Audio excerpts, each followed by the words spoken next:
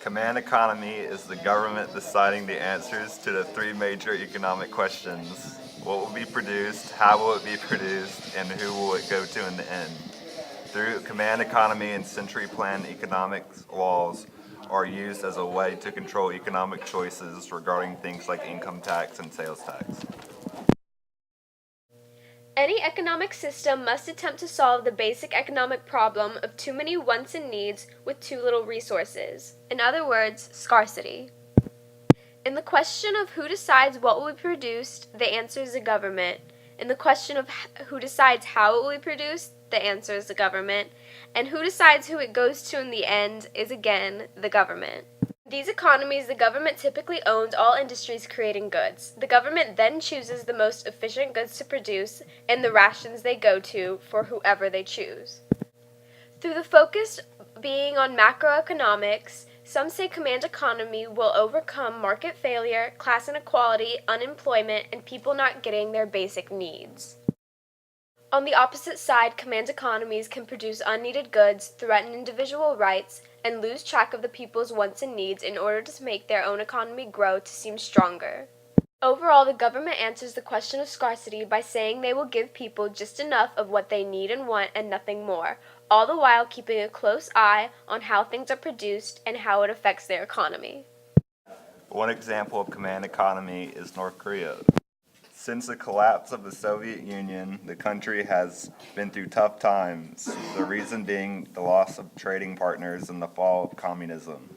Though the government has been bringing a change in politics, it hasn't helped fix their financial problems.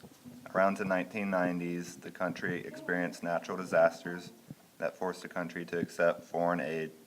The government then opened up the economy to limit foreign investment and increase trade. Another example of command economy is Cuba. Most of the production is run by the government, and most of the labor is employed by the state. Slight corruption is rampant in the country, as it is with every central system like North Korea.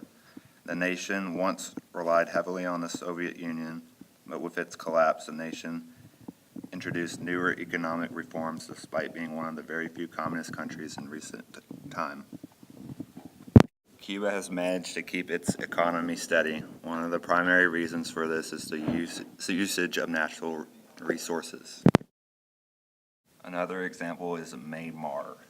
The government monopolizes international trade in certain key commodities like rice. Inside the system, some commodities remain subsidized and some are rationed.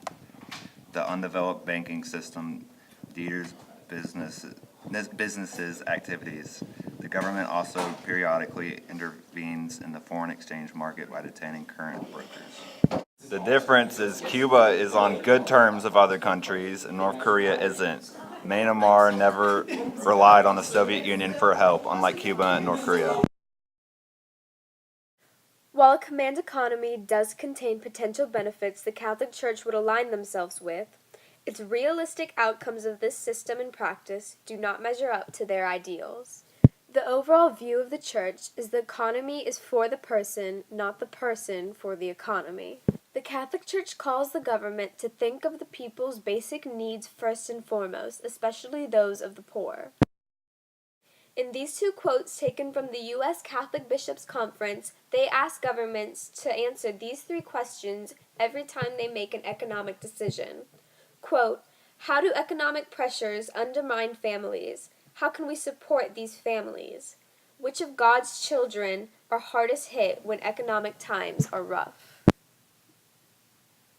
Pope John Paul summarized it best when he said that the economy should run as a society of work, enterprise, and participation. It is through these ideals the Catholic Church believes the best possible outcome will happen for the people and their government.